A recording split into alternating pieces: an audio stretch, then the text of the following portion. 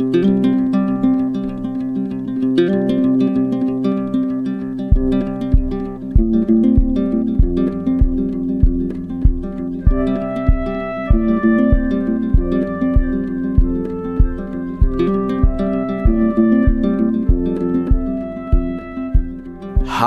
and welcome to Jollyville Radio, a semi-fictional adventure into comedy, storytelling, and community building. I'm Michael, your host, and thanks for tuning in. Now, normally in our episodes, we do several skits, jokes, things like that, followed by a Community Beat interview. Sometimes those interviews go for a really long time, but we cut them down for the episode.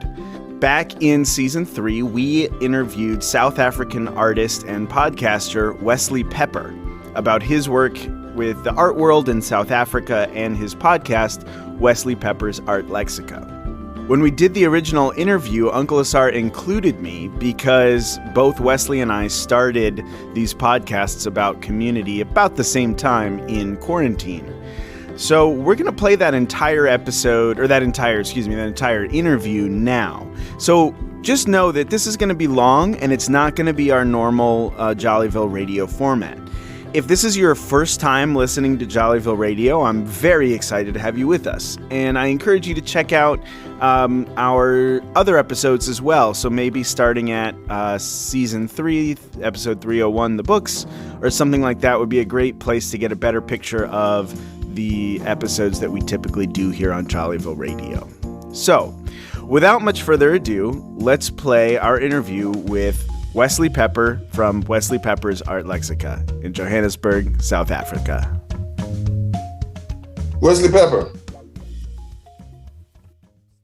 Wesley. Maybe it's not connecting. Let me know if it looks like there's any settings or anything I need to change. I assume you're chatting to him on WhatsApp. No, he hasn't texted me back, but I just told him we can't hear him or see him.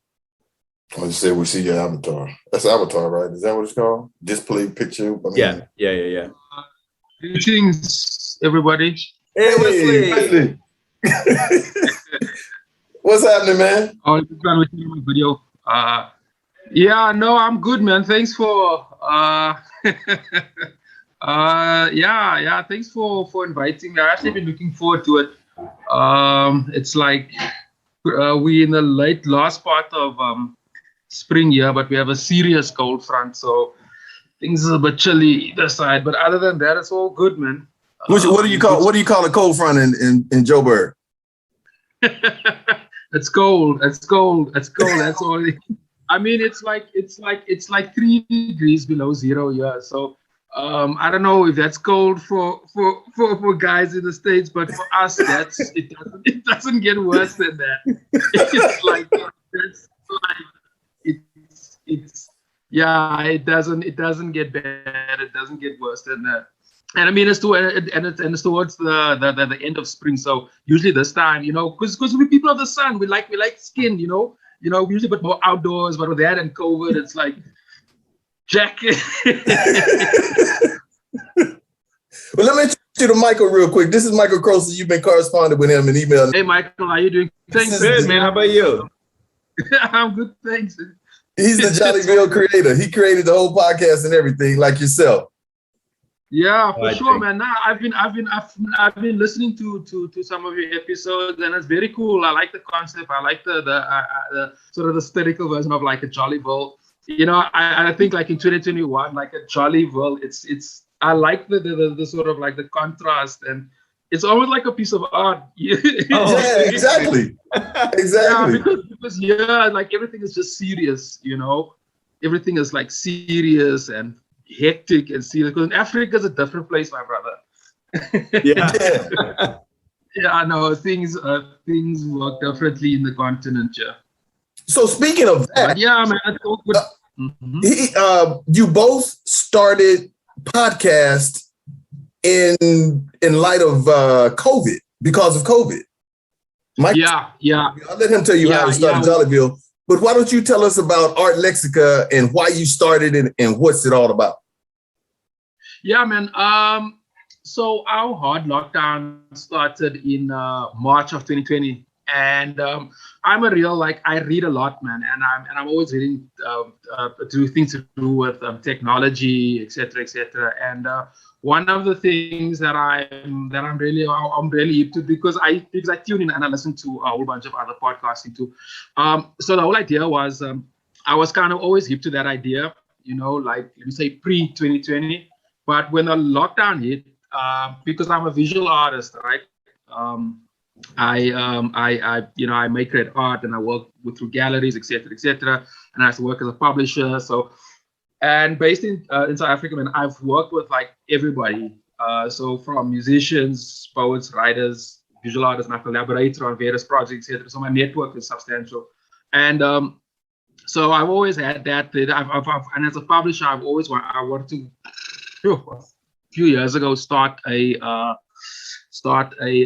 journal, publish a journal where I do something similar, where I write about, or rather get people to write about art space things, but in the language for like the working class in South Africa. So I was always hip to that idea. And when the pandemic hit, I was looking for another platform, because as you know, like everything got shut down, shows stopped. It was pretty like a fright. And I thought this was the most ideal time, because I knew everybody was at home. So the idea was that we rather focus on talking about how artists are adapting to the pandemic, coping with it. And it's sort of like just like it was a beautiful process, because things just started to move and graduate after that, because I started talking to more and more people, and now my scope.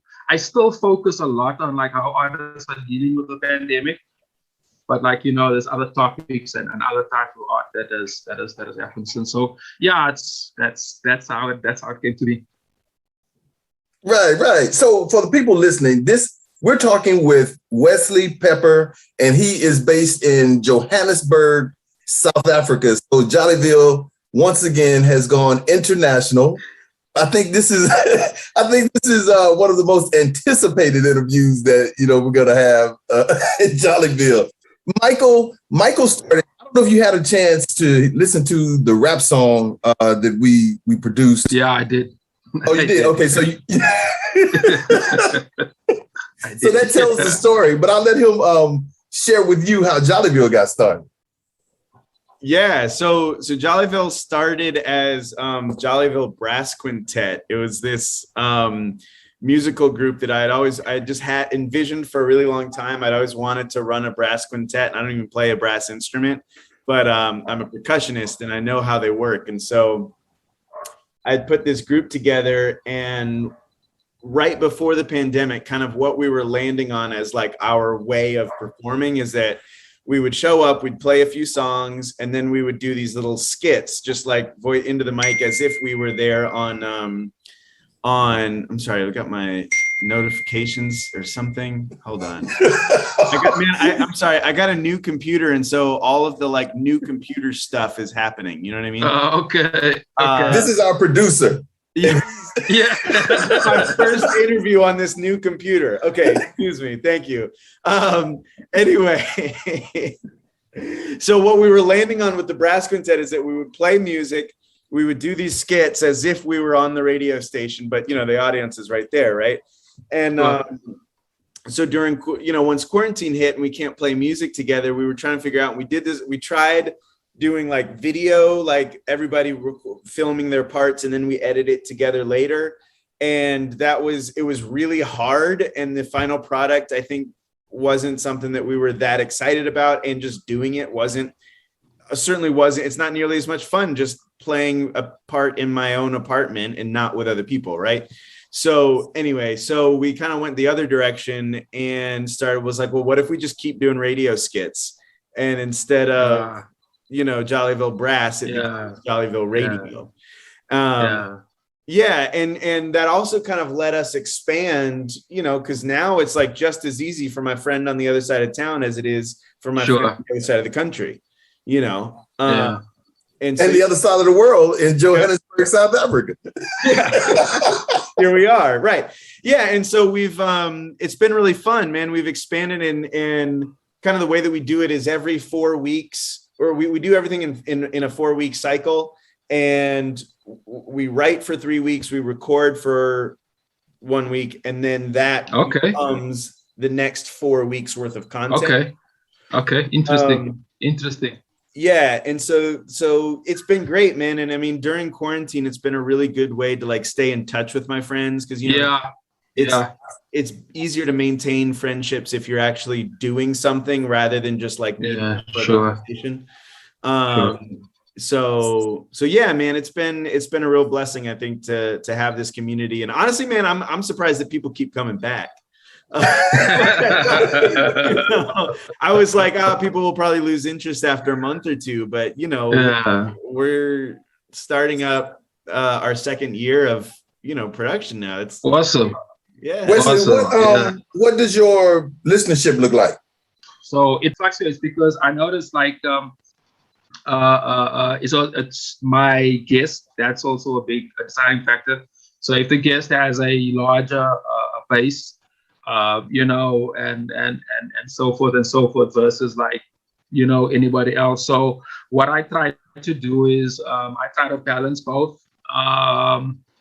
So I would like Michael was saying, if you guys record in like a 4 week like a cycle, that's actually beautiful. It's very interesting. What I do is I look at a month, right? I sort of have an overall theme, so to speak, but I keep it open because things in South Africa jump up and down, and like the government will introduce a new lockdown, and just things in South Africa is different. Yeah, so I always try to keep my stuff topical. Yeah, I always try to keep it topical, and I always try to find the artist that's talking sort of to that, right?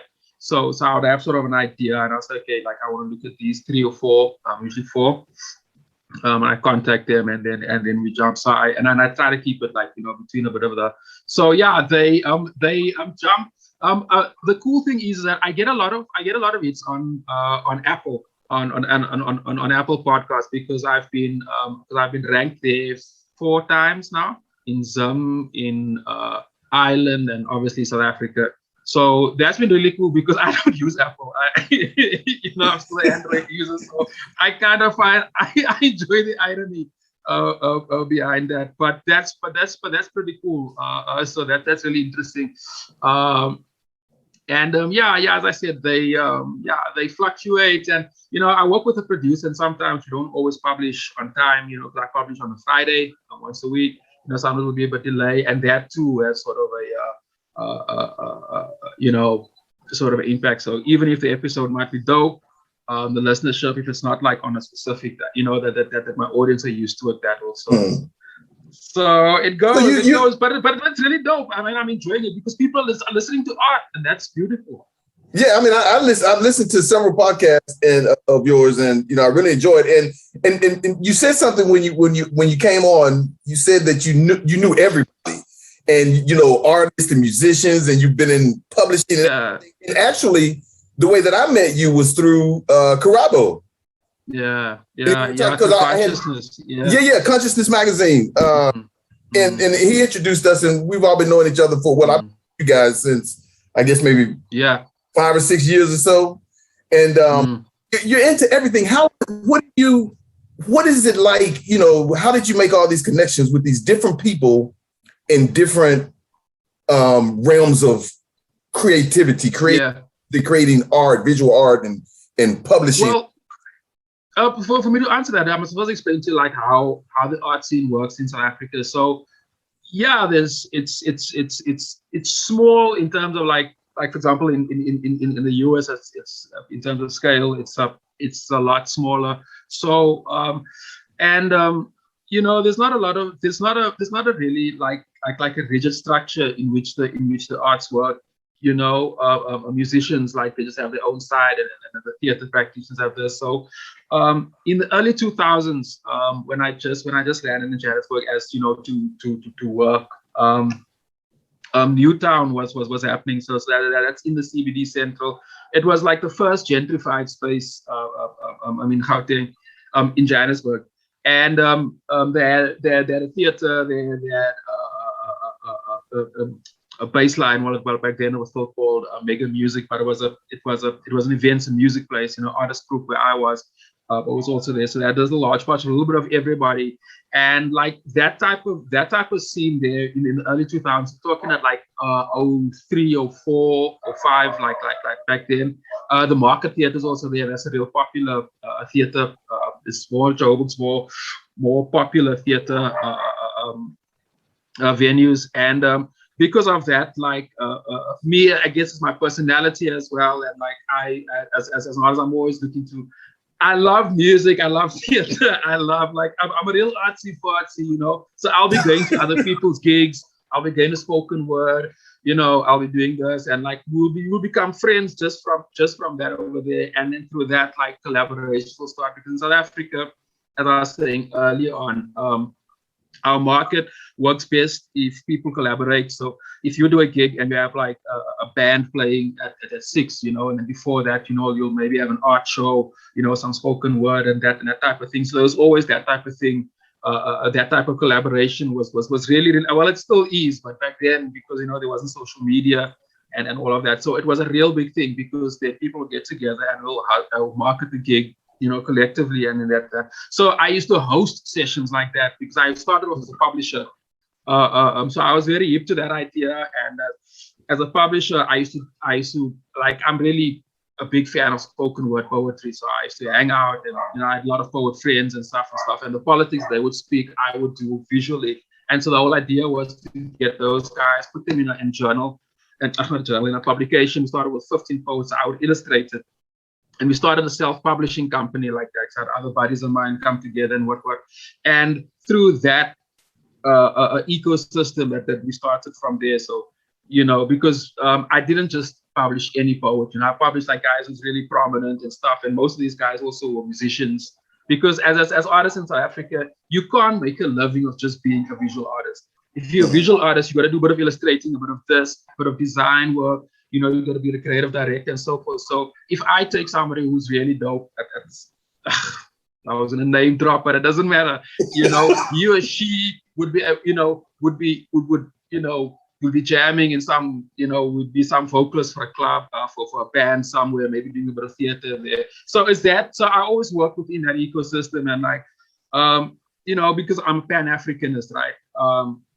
That type of ideology, you know, so in that ecosystem, you know, there's even a smaller one, you know, of like Israel, and it's through those networks over there that over time, you know, you keep doing your thing, and then social media came along, so everybody sort of like, you know, there's all these groups and stuff online, so, you know, you just meet, and through those groups you meet other people. And like with my books, I used to do a lot of gigs like across the country, spoken word. I'd get poets on stage, and we used to have a jam, we used to have a ball, and then I used to sell my books afterwards. And then we used to hustle. So we try to sell. So you're there by the door, you're chatting up people, and like, you know, like 20 years later, like you got this huge thing. Because with consciousness, that's also through those networks I met Karabo. And we've been around actually for over 50 years, which is quite a thing in SA, because those websites don't really usually last that long. I mean, sure, we're not that. Talk a little bit about consciousness, what it is, yeah, and how y'all guys got started. Yeah, well, Karabo, it's his baby, right? He started it as I think he was a student. It was a student project, and he was looking for contributors. And through a friend, I met him, a friend who I actually published before. And he wanted work, and we eventually met up, and we liked each other, and we became friends. And then it was like, yo, he's doing this website. And, you know, Pan-Africanism in the early 2000s, especially guys who spoke to like Robert Sebukwe and Steve Biko and such, you know, it wasn't as popular as it was right now, you know. So if you meet other comrades who are on that same level, like you click, and when you click, you know, Gauteng, Johannesburg has got a real entrepreneurial vibe, and Karabo is also incredibly entrepreneurial and business minded. So we clicked on that level. Then you're like, oh, let's do this. You know, we have all this. We wanna publish history, African history. We're very very pro-African. We want to publish that. We want to put it together, and you know, use that and so it sort of started that, but it grew because on consciousness, we published everybody. I mean, some of these poets are not around anymore. Some of these artists and musicians are not around anymore. So our catalog is substantial. It's been, I got involved in Ooh, early 2000. I'm not too sure, is it 09 or 06, but it was between those 2 years over there. And back then, there was still a lot of people involved in on the website because we do gigs there too. We had stored branded merchandise. So we had events on, and there was sort of like a whole group of people attached to that. And that grew and that grew. And then as guys got, I guess, bigger paying jobs, and so forth, and then, people's like Vangi, she's like a big deal. She's a poet. She's like a big deal right now. And, so they would move one time and so on. But like the core kind of remained there and then when you blink your eyes, it's like 10 years, and if you look again, it's like over. Hey, sorry about these dogs, man. And like it grew, but that's sort of how it started. And we always, I guess, we're looking for the right time, because timing is important to not relaunch the brand, but we have a new approach. We want to look at things different, we want to sell different things, and we want to look more at the commerce thing, because as you know, like in this post-COVID world, like as artists, we need to utilize these digital platforms. And we're sort of talking that. So the conversation is always there. And there's, as I said earlier, there's this ecosystem of artists that I've known for many years, and we communicate and we talk. So you talk about how you meet somebody and you click, and the poetry part and the Pan-Africanism. I'm a Pan-Africanist, and that's how I ended up connecting with you. Is because when I was living in Lagos, I was writing for one African online magazine, and then I jumped over to Consciousness. I just reached out to Karabo on the web, and it was like we clicked. So he started my stuff. I even have some poetry on the site, as a matter of fact. And so then he introduced us, and then we clicked, and it was the same thing with Michael with Jollyville. We work at the same university, and through COVID, it's like we're communicating over Zoom like this. And then, he starts talking about art. I started talking about, little art stuff, creating a little, poetry, whatever. We get together, we do Jollyville. And he can tell you how he more like in the rap song, how he reached out to his friends. Tell us about that, Michael. Yeah. Well, I mean, I think I knew that when we first started Jollyville, we were, kind of had this broad open idea of what it could be. And, it's general, like we're going to do some radio stuff. We're going to do whatever. And so I had this interest meeting, and I tried to outreach to just some of the big pockets of my friends and stuff. So like I reached out to a few work people. I was like, hey, anybody interested in this? Reached out to, of course, the old band.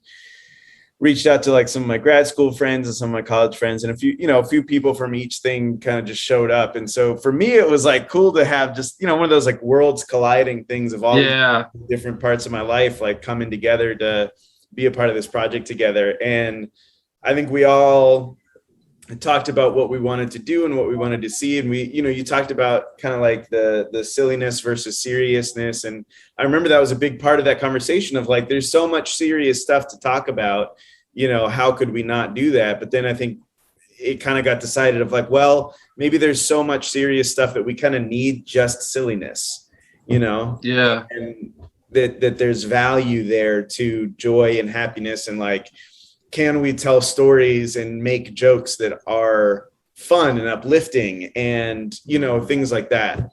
And I remember Asar saying too, he's like, well, I don't know about, I don't really do all the like fiction stuff. Like, I don't know, but like, if I do anything, it's going to be like social justice oriented or like, interviewing people. And so we taught, and he loves to say that he said that to try to like shoo me away, that I wasn't going to like, that he thought I wasn't going to go for it. But then we were thinking, I was like, well, what if like every episode has like a nonfiction piece to it, and that way it's still in this, it's still within the umbrella of like a radio show. And then we can have all this goofy stuff. We can have some meaningful stuff, we can do all that together. And so that's how we started doing Community Beat. And it's funny too, because like when we first started Community Beat, like that particular segment, I'm sure like the first couple episodes sound way different than like what we're doing. Yeah. You just practice and you figure it out, and it evolves and it morphs. And it's not to say that those first episodes were bad or like anything like that. We were just figuring it out. And that's that's something that we made that at the time was great, and still is great. It's just different than what it is now. Sure. Wesley, I've got a similar. Yeah. Go ahead. No, I was in the comments on like your first episode, and I'm on my 63rd, or rather the one that's published is 63rd. So yeah, like if you should listen to the first 3 or 4, like even the structure and what I'm saying, like I'm also on that thing. Like I would much rather get better by doing something as opposed to over analyzing or overlooking at it. Like I just kind of go with it. Like the more I talk, the better you get. And I'm always listening to other cats as well. So I'll pick up on it. I like, try to maybe not sound like that, but use that energy or that angle or something like that. And yeah, I've got my story is similar. I'm not 2 years yet. I'm a year and 4 months. So yeah, it's been a journey. Do you think you're gonna go ahead, Michael? Oh, I was just gonna say that I think you probably started a little bit before we did, but we're probably within a couple months of each other. Yeah. Are you gonna, Wesley? Are you gonna continue? Like, well, we all hope one day that this COVID thing will be over and done with, right? You think don't we? After that? Yeah, absolutely.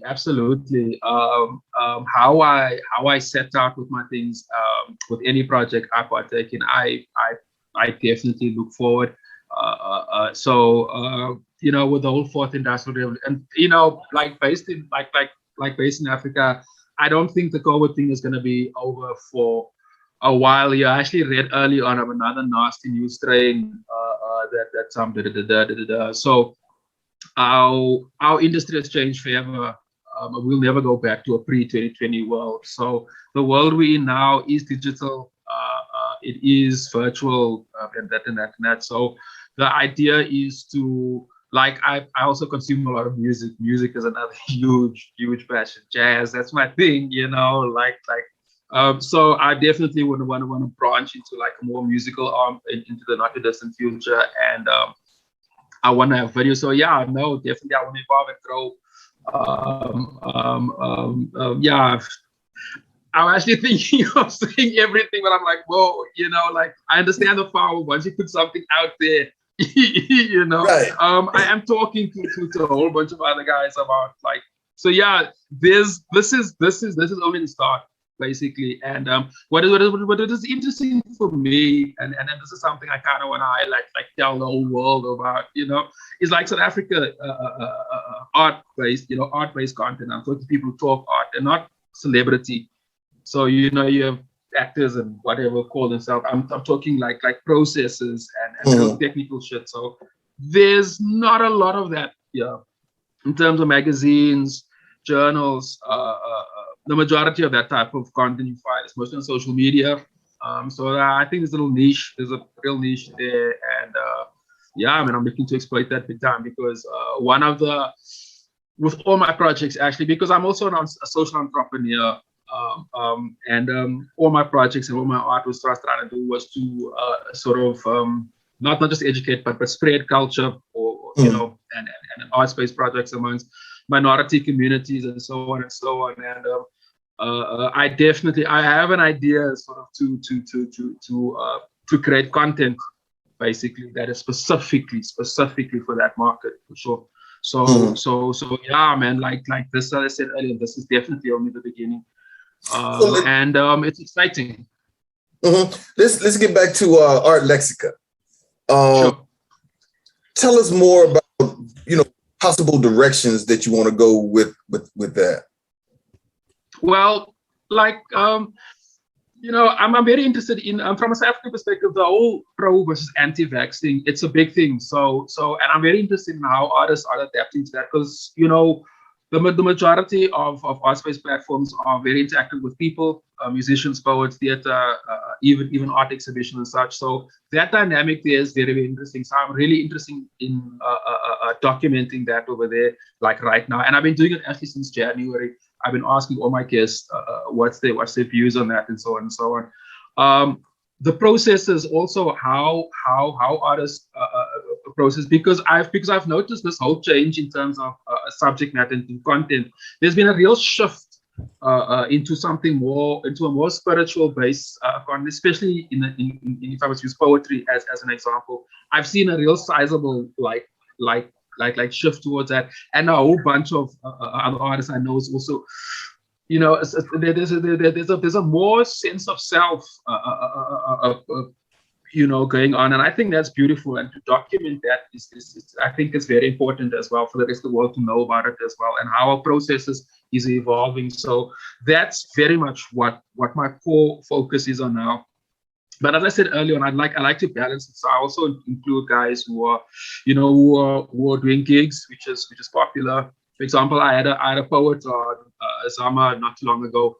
He was one of the first guys who had a self-published book out since in this new post-COVID world, you know, and I thought that was very, very important to have him on. So stuff like that, how artists, the process, how they're evolving, what they are doing, the art they're making, where they're drawing their influences from, and how they not balancing, how they processing, you know, this media tsunami, you know, COVID tsunami, versus still keeping, you know, still trying to give people, because at the end of the day, people consuming more art now than they did in a post-COVID world. Right. And so we must also be conscious of like what we're trying to create for, you know, you don't exactly just want to be another version of like a mainstream media. You want to have it. So I'm very interested in documenting that, and it's really exciting because the guests I'm having on, everyone listens to the show, are all at the top of their game, you know, so you should definitely check it out. So that's, I'll sort of re-look at it towards end of the year, because it's like only a few months left of the year anyway. So I guess early January, I'll re-look at like what I produced this year and see what direction I'll do for next year. But for now, I think that's a real big thing. Okay, so I want to let you know that I am available. I used to be a poet. I am available for interview. Keep that in mind. And yes, you know, put it out there, you know. Oh yes. Now an interview with me about poetry is gonna last about 5 minutes.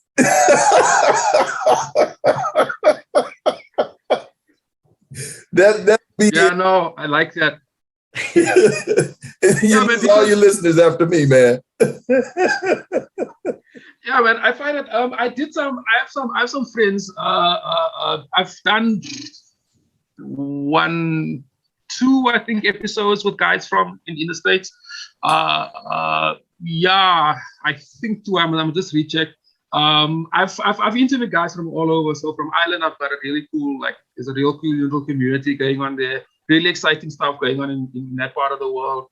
And then my focus primarily is the SADC countries, actually. So I give, I would say, let's say about 75% attention to SADC. So for the listeners that don't know, that's Namibia, Botswana, Zimbabwe, Mozambique, and us, South Africa, Swaziland, Eswatini, and Lesotho, and Madagascar. But I don't know many cats from Madagascar. So I think it's very important for us to do that. So about like 80, I would say about 75%, but the other artists that I'm looking to, you know, that I speak from other parts of the world, it's got some form of connection with what's happening on the continent, and that's very important to me. So absolutely, my brother, we can get and I've read some of the stuff. I mean, we've published it, so I'm familiar with your hand, sure. So it'll be easy. It'll be a natural thing. That stuff, I tried my best at West African Pidgin English, and I tried to write poems using that. Yeah.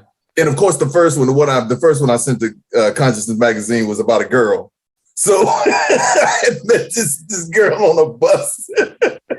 So I wrote this West African Pidgin English poem about this young sister. Yeah. Oh man, yo, how can people find Art Lexica on the web? Well, we're on all the platforms. So we're on Spotify, iTunes, iHeartRadio, Google Podcasts, everywhere. Spotcaster, they're my producer. Big up to Candace. She produces my show. Candace Nolan for doing that. So on their side, on all my social media platforms, on my website, it's wesleypepper.com.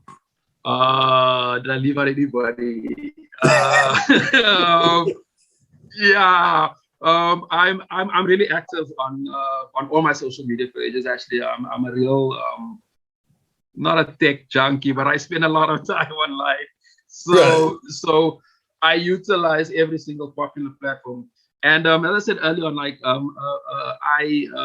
the Apple version, I'm getting quite a lot of love off that platform. So yeah, like thanks to all the Apple users. So what is Lexica? Art Lexica? What does that mean? Yeah, interesting question. I was as a publisher, this was in about 2011, about 2011, 2010, 2011. There, we were trying to put together. I was working with another very beautiful mind, and we were putting together this journal.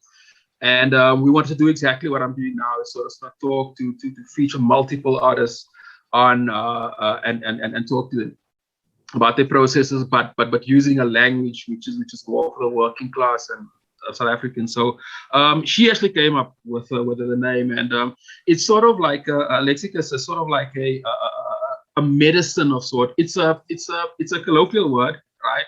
And I sort of like.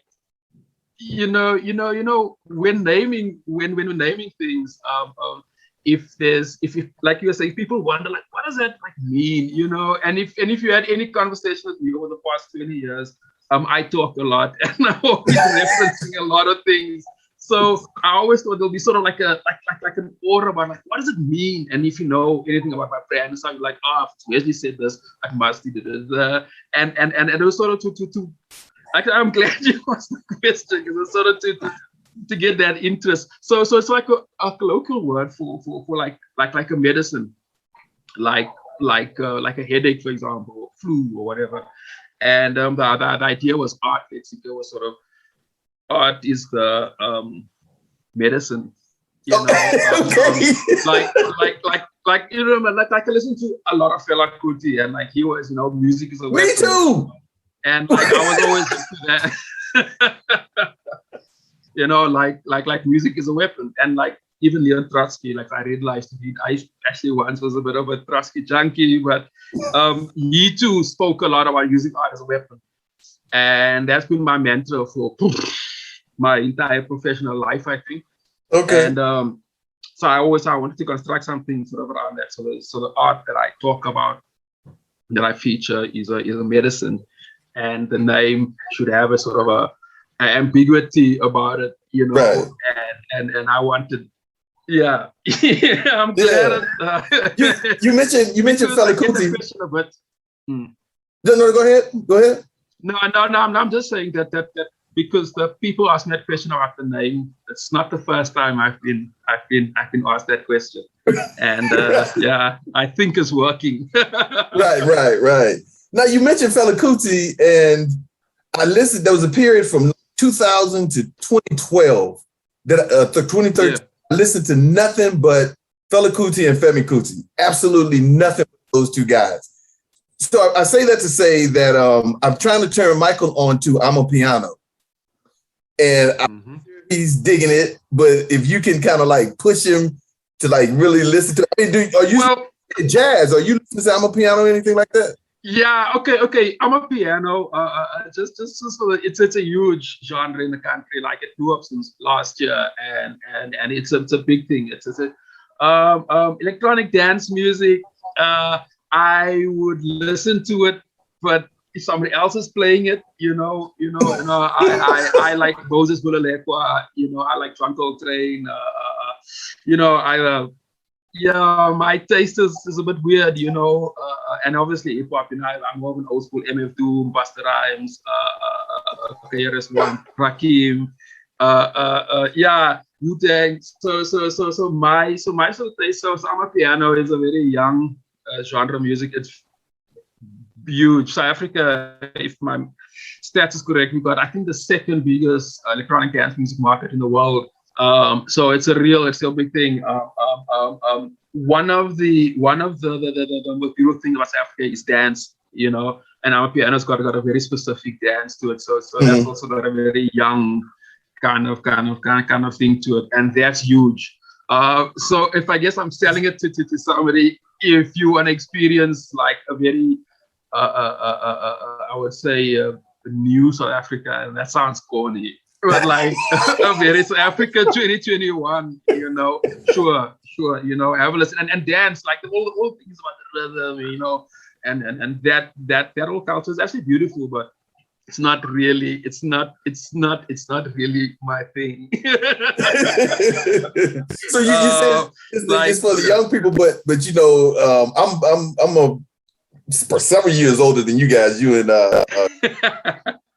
Karabo, but can you imagine me watching, you know, the I'm a piano and I'm trying to dance just like a man, but it's not working. Yeah, no, I can see that. I mean, like, I'm not saying I don't dance to it. It's just that, yeah, in my own time, if I'm vibing to something, you know, I'm listening to. I must be careful what I say, but it has a what I also like about it is that it's really universal, man. I mean, it's crazy that guys in Texas are telling me about our piano because it's Saturday night here by us right now, so there's the lockdown, a lot of shit is still closed and all of that, but there's people vibing to it as we speak right now, like, as we speak right now. Everywhere really. So yeah, man, I can see that though. I can Well, listen, man, it has been a pleasure talking to you, bruh. For sure. We wish you the best of the best, and if you get a spot, you know, two of my favorite interviews you did, I think it was a woman named Helen, an older lady that Yeah. She's one of my most popular episodes. Okay. Yeah, that one has a good couple of thousand. Oh wow! And other one was you were talking with this guy he was like one of the pioneers. Everybody had gone to a school or something like that, and this guy was really prominent back then. And then from Artist Proof, yeah. Yeah. Yes. Yes.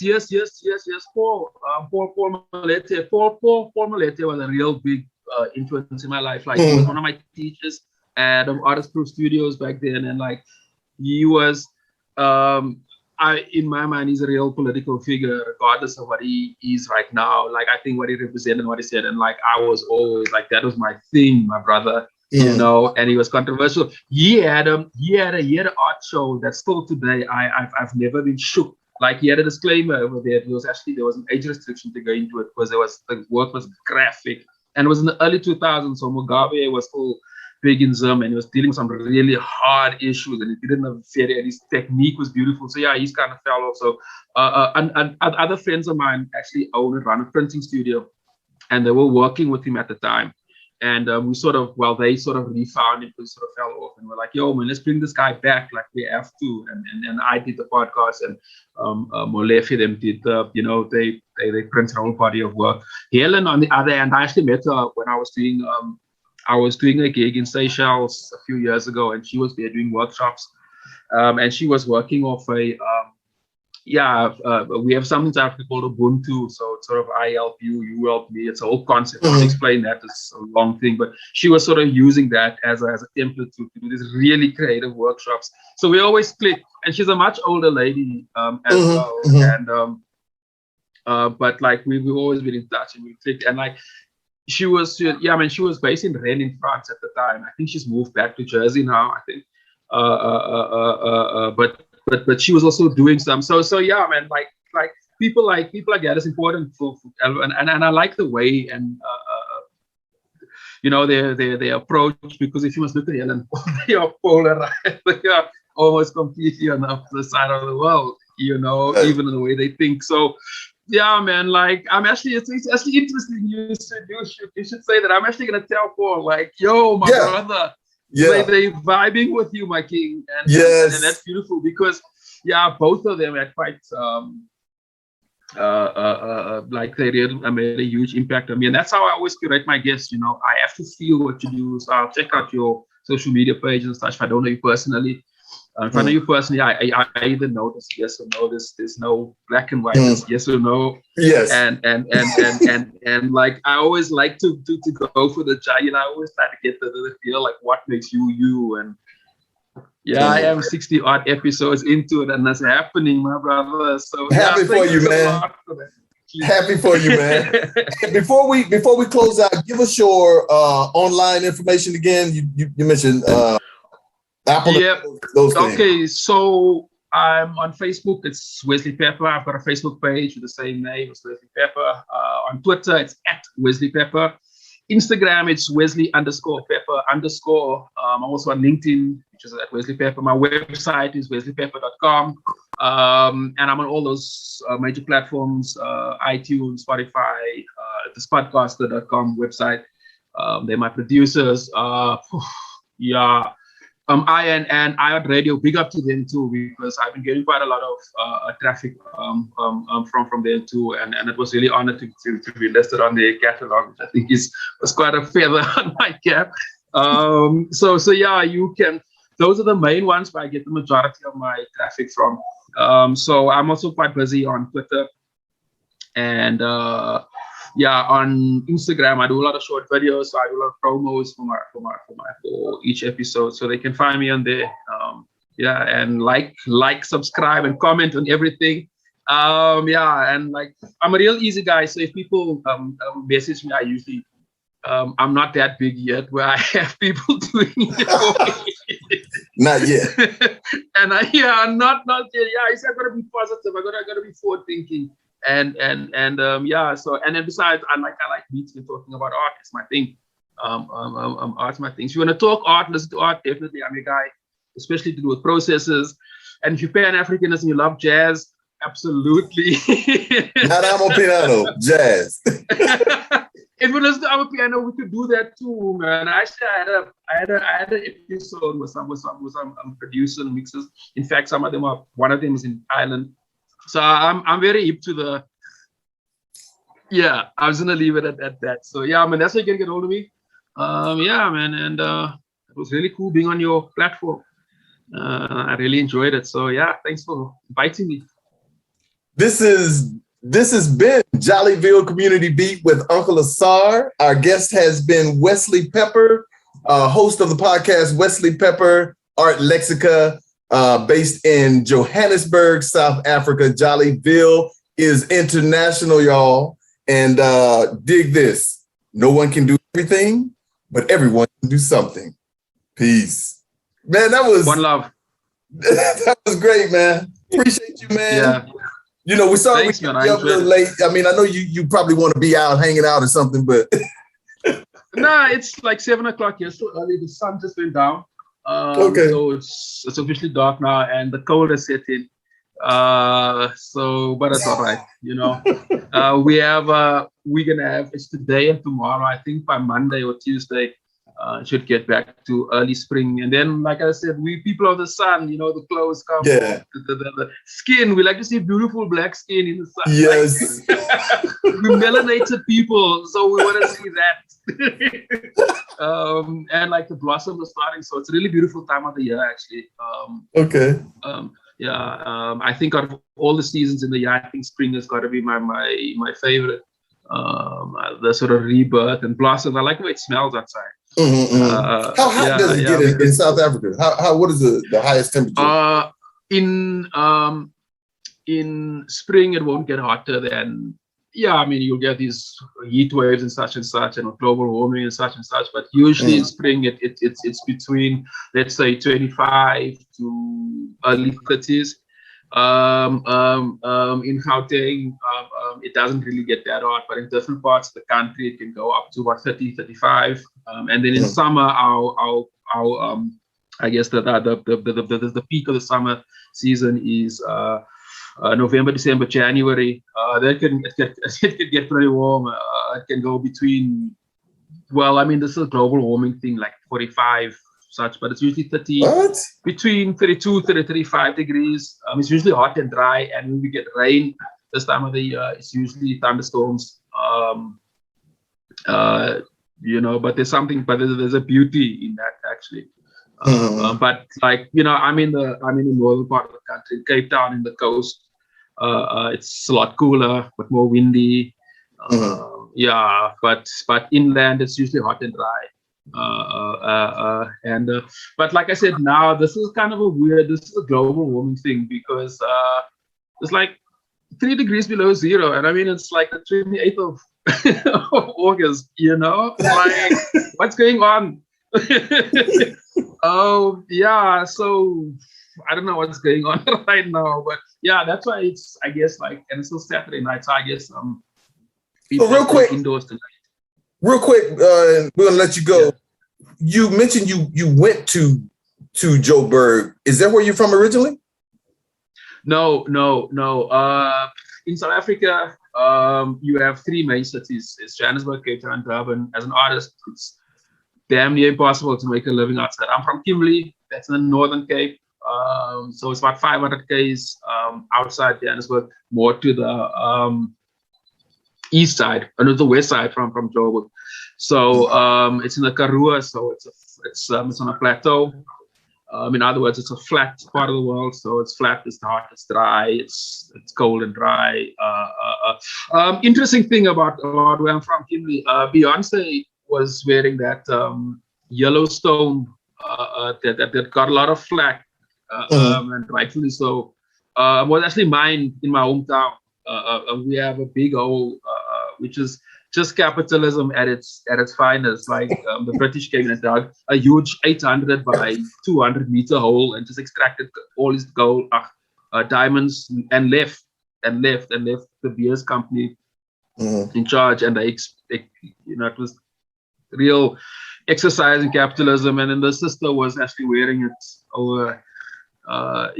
So we look at that and like, it's not cool, man. But capitalism wins. But yeah, that stone was from my hometown. Right. Wow. And I can tell you now, none of that profits has ever reached. Right. Of course. Yeah. So shit like that's not cool. But anyway, that's how I was born and raised here. My parents were okay. Well, not both of them, but my old man eventually ended up here. So I was here till I was about 18, finished high school, and then I left, I wanted to study, and then in Bloemfontein studied fine art, and from there I started to move out to different parts of the country, and eventually I settled in Johannesburg, because Johannesburg is a bit more Pan-Africanist. Cape Town is a bit more Eurocentric, and Durban is a bit more Eastern, it's a bit more Indian, more Asian, so to speak, in Zulu. So Johannesburg has got a more, not necessarily pro, because there's a lot of good comrades all over, so I must be careful how I phrase it, but the entrepreneurial Pan-Africanist vibe there, and the pace that the city is lifestyle is quicker than it is at the coast. So if you're that type of person, you go to either one of the 3. Right. I've been telling you and Karabo, I'm coming to South Africa. I'm still coming. Yes, I probably try to drag Michael along too. So, and we're coming to Joburg because that's the Pan-Africanist Center. Yes, and you'll enjoy it, man. Johannesburg's a beautiful place, man. It's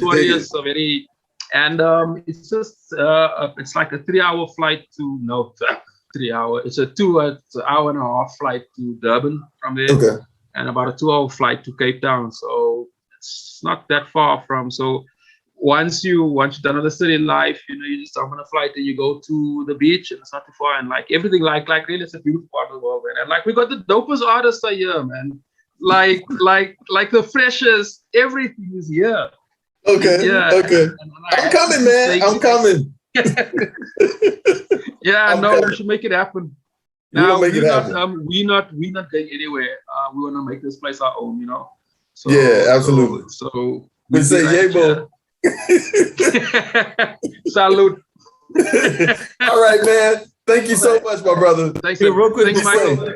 Before we let you go, I got a couple more things I would love to say. Right. For sure. I'd love to send you a thank you card with some stickers and stuff like that. Is there an address I could send that to? Could you send it to me digitally, or do you want to send it to me physically? Well, I have it physically ready to go, but if that's not possible, that's okay. No. Yeah, I can send you an address. I can type it out for you. I can send it to you on email. I'll do it as soon as we're done here, actually. Yeah, perfect. Because I just like to give our guests a little thank you card, and that's actually pretty cool. I should actually do that as well, because it's personal. Right. Because everything is digital. Like, you just pick like an email, click send, you know? Yeah. I like that.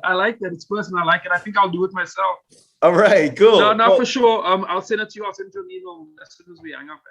Okay, cool. Everybody say J-O-L-L-Y-V-I-L-L-E at radio. And you can Google the show. Check out the website. Definitely make it funky, y'all. J-O-L-L-Y-V-I-L-L-E. Funny skits and jokes in every episode. Wraps up with Community Beat. One more time, say J-O-L-L-Y-V-I-L-L-E.